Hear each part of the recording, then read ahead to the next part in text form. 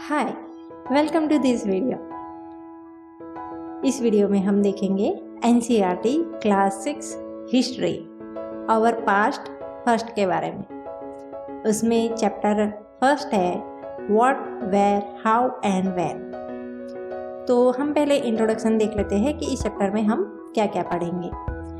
आप सबको तो पता ही होगा, हिस्ट्री यानी इतिहास, यानी कि पास्ट में क्या हुआ, कब हुआ, कहाँ हुआ और कैसे हुआ, वो हम कैसे जान सकते हैं, उसके बारे में हम जानेंगे इस चैप्टर में। ओके, तो चलो शुरू करते हैं। रसीदा, जो कि एक स्टूडेंट है, वो अखबार पढ़ रही थी। अचानक उसकी निगाह एक सुर्खी पर पड़ी। उसमें लिखा था 100 साल पहले। वो सोचने लगी कि यह कोई कैसे जान सकता है कि इतने वर्षों पहले क्या हुआ था। ओके, तो हमारा नेक्स्ट टॉपिक है कैसे पता लगाए, फाइंडिंग आउट व्हाट हैपेंड। यह जानने के लिए कि कल क्या हुआ था, तुम रेडियो सुन सकते हो, टेलीविजन देख सकते हो या फिर अखबार पढ़ सकते हो। साथ ही यह जानने के लिए कि पिछले साल क्या हुआ था, तुम किसी ऐसे व्यक्ति से बात कर सकते हो जिसे उस समय की स्मृति हो, यानी कि यादें हो। लेकिन बहुत पहले क्या हुआ था, यह कैसे जाना जा सकता है। तो हमारा नेक्स्ट टॉपिक है what can we know about the past. अतीत के बारे में हम क्या जान सकते हैं। देखिए, अतीत के बारे में बहुत कुछ जाना जा सकता है, जैसे लोग क्या खाते थे, कैसे कपड़े पहनते थे, किस तरह के घरों में रहते थे। हम आखेटकों यानी शिकारियों, पशुपालकों, कृषकों, शासकों, व्यापारियों, पुरोहितों, शिल्पकारों, कलाकारों, संगीतकारों या फिर वैज्ञानिकों के जीवन के बारे में जानकारियां हासिल कर सकते हैं। यही नहीं, हम यह भी पता कर सकते हैं कि उस समय बच्चे कौन से खेल खेलते थे, कौन सी कहानियाँ सुना करते थे, कौन से नाटक देखा करते थे या फिर कौन कौन से गीत गाते थे। ओके, तो हमारा नेक्स्ट टॉपिक है वेयर डिड पीपल लाइव। लोग कहाँ रहते थे। आप यहाँ पे मैप देख सकते हैं और यहाँ पे नर्मदा नदी है। कई लाख वर्ष पहले से लोग इस नदी के तट पर रह रहे हैं। यहाँ रहने वाले आरंभिक लोगों में से कुछ कुशल संग्राहक थे जो आसपास के जंगलों की विशाल संपदा से परिचित थे। अपने भोजन के लिए वे जड़ों, फलों तथा जंगल के अन्य उत्पादों का यहीं से संग्रह किया करते थे। वे जानवरों को आखिर यानी कि शिकार भी करते थे। अब तुम यहाँ पे उत्तर पश्चिम की सुलेमान और किरथर पहाड़ियाँ देखो। इस क्षेत्र में कुछ ऐसे स्थान हैं जहाँ लगभग 8000 वर्ष पूर्व स्त्री पुरुषों ने सबसे पहले गेहूं तथा जौ जैसी फसलों को उपजाना आरंभ किया। उन्होंने भेड़, बकरी और गाय, बैल जैसे पशुओं को पालतू बनाना शुरू किया। ये लोग गांवों में रहते थे। उत्तर पूर्व में गारो तथा मध्य भारत के विंध्य पहाड़ियों को इस मैप में देखो। ये कुछ अन्य ऐसे क्षेत्र थे जहां कृषि का विकास हुआ, जहां सबसे पहले चावल उपजाया गया। वे स्थान विंध्य की उत्तर में स्थित थे। ये आपको याद रखना है, जहां सबसे पहले चावल उपजाया गया वो स्थान कहाँ पर है, तो विंध्य के उत्तर में स्थित है। अब आप इस मैप में सिंधु नदी तथा इसकी सहायक नदियों को आप देख सकते हैं। सहायक नदियाँ उन्हें कहते हैं जो एक बड़ी नदी में मिल जाती है। लगभग 4700 वर्ष पूर्व इन्हीं नदियों के किनारे कुछ आरंभिक नगर फले फूले यानी कि शुरू हुए और बढ़ते गए। गंगा व इसकी सहायक नदियों के किनारे तथा समुद्र तटवर्ती इलाकों में नगरों का विकास लगभग 2500 वर्ष पूर्व हुआ। गंगा तथा इसकी सहायक नदी सोन आप यहाँ पे देख सकते हैं। गंगा के दक्षिण में इन नदियों के आसपास का क्षेत्र प्राचीन काल में मगध, जो कि वर्तमान में बिहार में पड़ता है, वो नाम से जाना जाता था। इसके शासक बहुत शक्तिशाली थे और उन्होंने एक विशाल राज्य स्थापित किया था। देश के अन्य हिस्सों में भी ऐसे राज्यों की स्थापना की गई थी। लोगों ने सदैव उपमहाद्वीप के एक हिस्से से दूसरे हिस्से तक यात्रा की। कभी कभी हिमालय जैसे ऊंचे पर्वतों, पहाड़ियों, रेगिस्तान, नदियों तथा समुद्रों के कारण यात्रा जोखिम भरी होती थी। फिर भी ये यात्रा उनके लिए असंभव नहीं थी।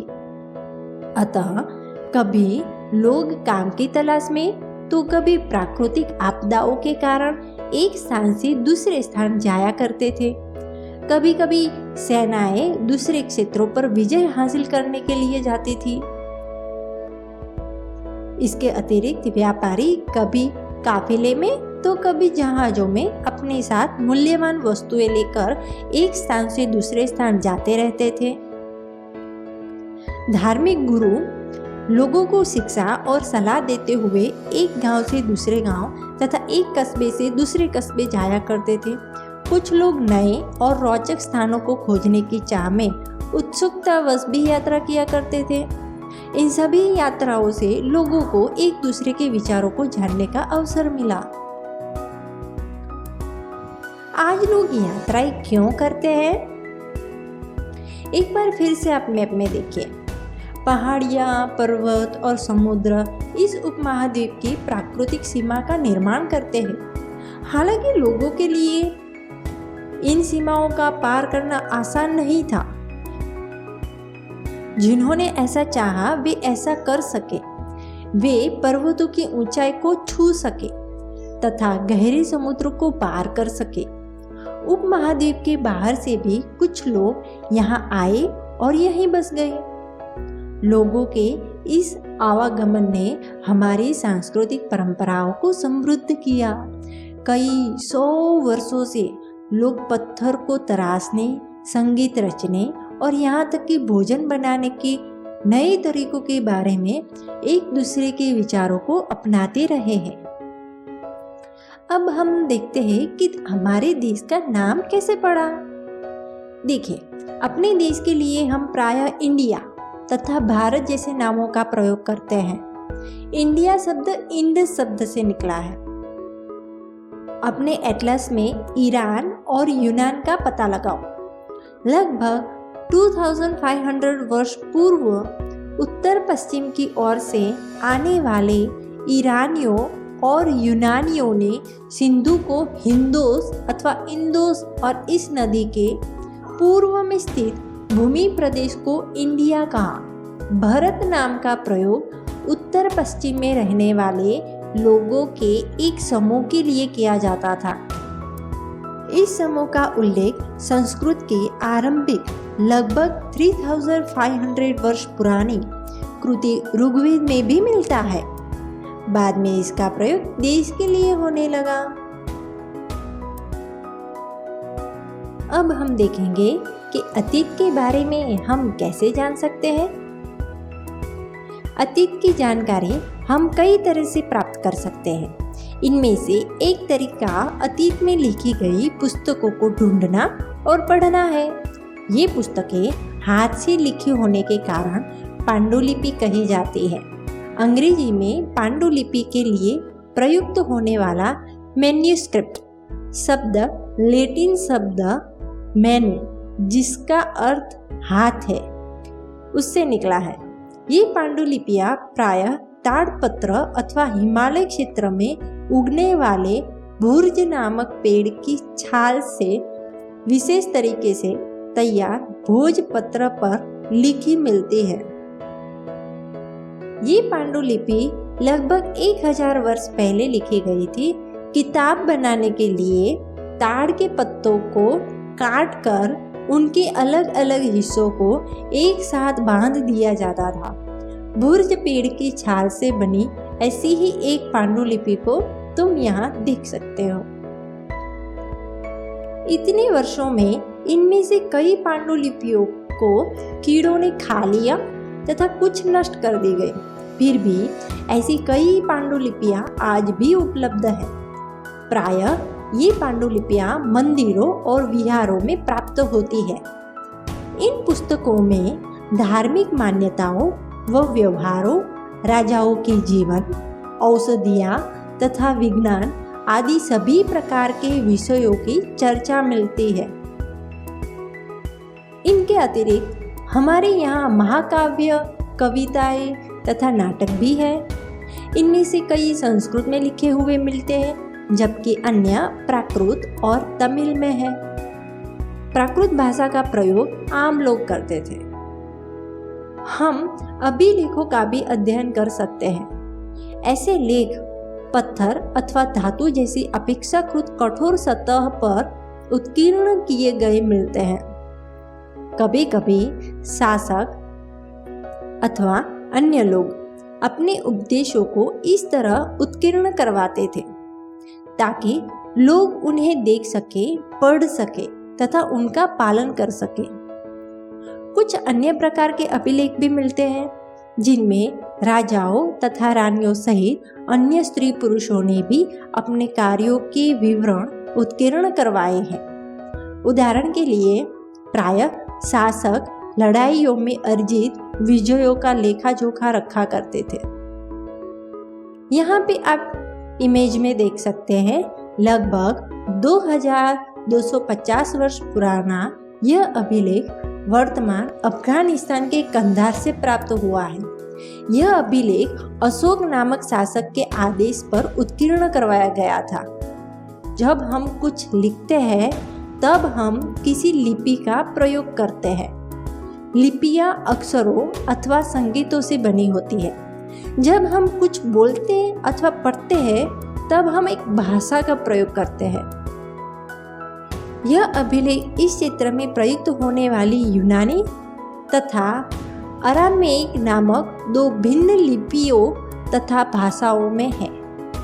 मैं आपसे एक क्वेश्चन करती हूँ कि क्या आप बता सकते हैं कि कठोर सतह पर लेख लिखवाने के क्या लाभ थे? ऐसा करवाने से क्या क्या कठिनाइयाँ आती थी? आप मुझे कमेंट सेक्शन में बता सकते हैं। इसके अतिरिक्त अन्य कई वस्तुएं अतीत में बनी और प्रयोग में लाई जाती थी। ऐसी वस्तुओं का अध्ययन करने वाला व्यक्ति पुरातत्वविद कहलाता था। पुरातत्वविद पत्थर और ईंट से बनी इमारतों के अवशेषों, चित्रों तथा मूर्तियों का अध्ययन करते हैं। वे औजारों, हथियारों, बर्तनों, आभूषणों तथा सिक्कों की प्राप्ति के लिए छानबीन तथा खुदाई भी करते हैं। इनमें से कुछ वस्तुएं पत्थर, पकी मिट्टी तथा कुछ धातु की बनी हो सकती हैं। ऐसे तत्व कठोर तथा जल्दी नष्ट न होने वाले होते हैं। पुरातत्वविद जानवरों, चिड़िया तथा मछलियों की हड्डियां भी ढूंढते हैं। इससे उन्हें यह जानने में भी मदद मिलती है कि अतीत में लोग क्या खाते थे। वनस्पतियों के अवशेष बहुत मुश्किल से बच पाते हैं। यदि अन्न के दाने अथवा लकड़ी के टुकड़े जल जाते हैं तो वे जले हुए रूप में बचे रहते हैं। क्या पुरातत्वविदों को बहुधा कपड़ों के अवशेष मिलते होंगे? आप मुझे कमेंट सेक्शन में अपना आंसर जरूर बताइए। पांडुलिपियों, अभिलेखों तथा पुरातत्व से ज्ञात जानकारियों के लिए इतिहासकार प्रायः स्रोत शब्द का प्रयोग करते हैं। इतिहासकार उन्हें कहते हैं जो अतीत का अध्ययन करते हैं। स्रोत के प्राप्त होते ही अतीत के बारे में पढ़ना बहुत रोचक हो जाता है, क्योंकि इन स्रोतों की सहायता से हम धीरे धीरे अतीत का पुनर्निर्माण करते जाते हैं। अतः इतिहासकार तथा पुरातत्वविद उन जासूसों की तरह हैं जो इन सभी स्रोतों का प्रयोग सुराग के रूप में कर अतीत को जानने का प्रयास करते हैं। अब हमें एक क्वेश्चन होता है कि अतीत एक है या अनेक? हाँ, हमारी बुक में जो चैप्टर है उसका जो शीर्षक है हमारे अतीत, आवर पास्ट, उस पर तुमने ध्यान दिया? यहाँ अतीत शब्द का प्रयोग बहुवचन के रूप में किया गया है। ऐसा इस तथ्य की ओर ध्यान दिलाने के लिए किया गया है कि अलग अलग समूह के लोगों के लिए इस अतीत के अलग अलग मायने थे। उदाहरण के लिए पशुपालकों अथवा कृषकों का जीवन राजाओं तथा रानियों के जीवन से तथा व्यापारियों का जीवन शिल्पकारों के जीवन से बहुत भिन्न था। जैसा कि हम आज भी देखते हैं, उस समय भी देश के अलग अलग हिस्सों में लोग अलग अलग व्यवहारों और रीति रिवाजों का पालन करते थे। उदाहरण के लिए आज अंडमान द्वीप के अधिकांश लोग अपना भोजन मछलियां पकड़कर, शिकार करके तथा फल फूल के संग्रह द्वारा प्राप्त करते हैं। इसके विपरीत शहरों में रहने वाले लोग खाद्य आपूर्ति के लिए अन्य व्यक्तियों पर निर्भर करते हैं। इस तरह के भेद अतीत में भी विद्यमान थे। इसके अतिरिक्त एक अन्य तरह का भेद है। उस समय शासक अपनी विजयों का लेखा जोखा रखते थे। यही कारण है कि हम उन शासकों तथा उनके द्वारा लड़ी जाने वाली लड़ाइयों के बारे में काफ़ी कुछ जानते हैं, जबकि शिकारी, मछुआरे, संग्राहक, कृषक अथवा पशुपालक जैसे आम आदमी प्रायः अपने कार्यों का लेखा जोखा नहीं रखते थे। पुरातत्व की सहायता से हमें उनके जीवन को जानने में मदद मिलती है। हालांकि अभी भी इनके बारे में बहुत कुछ जानना शेष है। अब हम देखेंगे कि तिथियों का क्या मतलब है। अगर कोई तुमसे तिथि के विषय में पूछे तो तुम शायद उस दिन की तारीख, मंथ, ईयर जैसा कि 2000 या इसी तरह का कोई और वर्ष बताओगी, राइट? वर्ष की यह गणना ईसाई धर्म प्रवर्तक ईसा मसीह के जन्म की तिथि से की जाती है। अतः 2000 वर्ष कहने का तात्पर्य ईसा मसीह के जन्म के 2000 वर्ष के बाद से है। ईसा मसीह के जन्म के पूर्व की सभी तिथियां ईपू यानी कि ईसा से पहले, ईसा पूर्व यानी पहले के रूप में जानी जाती है। इस पुस्तक में हम 2000 को अपना आरंभिक बिंदु मानते हुए वर्तमान से पूर्व की तिथियों का उल्लेख करेंगे। अंग्रेजी में BC, हिंदी में ईपू का तात्पर्य क्या है? BC यानी बिफोर क्राइस्ट, यानी कि ईपू यानी ईसा पूर्व। कभी कभी तुम तिथियों से पहले AD और हिंदी में ई लिखा पाती हो। यह AD यानी कि एनो डोमिनी नामक 2 लैटिन शब्दों से बना है तथा इसका तात्पर्य ईसा मसीह के जन्म की वर्ष से है। कभी कभी AD की जगह CE तथा BC की जगह BCE का प्रयोग होता है। CE अक्षरों का प्रयोग कॉमन एरा तथा BCE का बिफोर कॉमन एरा के लिए होता है। हम इन शब्दों का प्रयोग इसलिए करते हैं क्योंकि विश्व के अधिकांश देशों में अब इस कैलेंडर का प्रयोग सामान्य हो गया। भारत में तिथियों के इस रूप का प्रयोग लगभग 200 वर्ष पूर्व आरंभ हुआ था।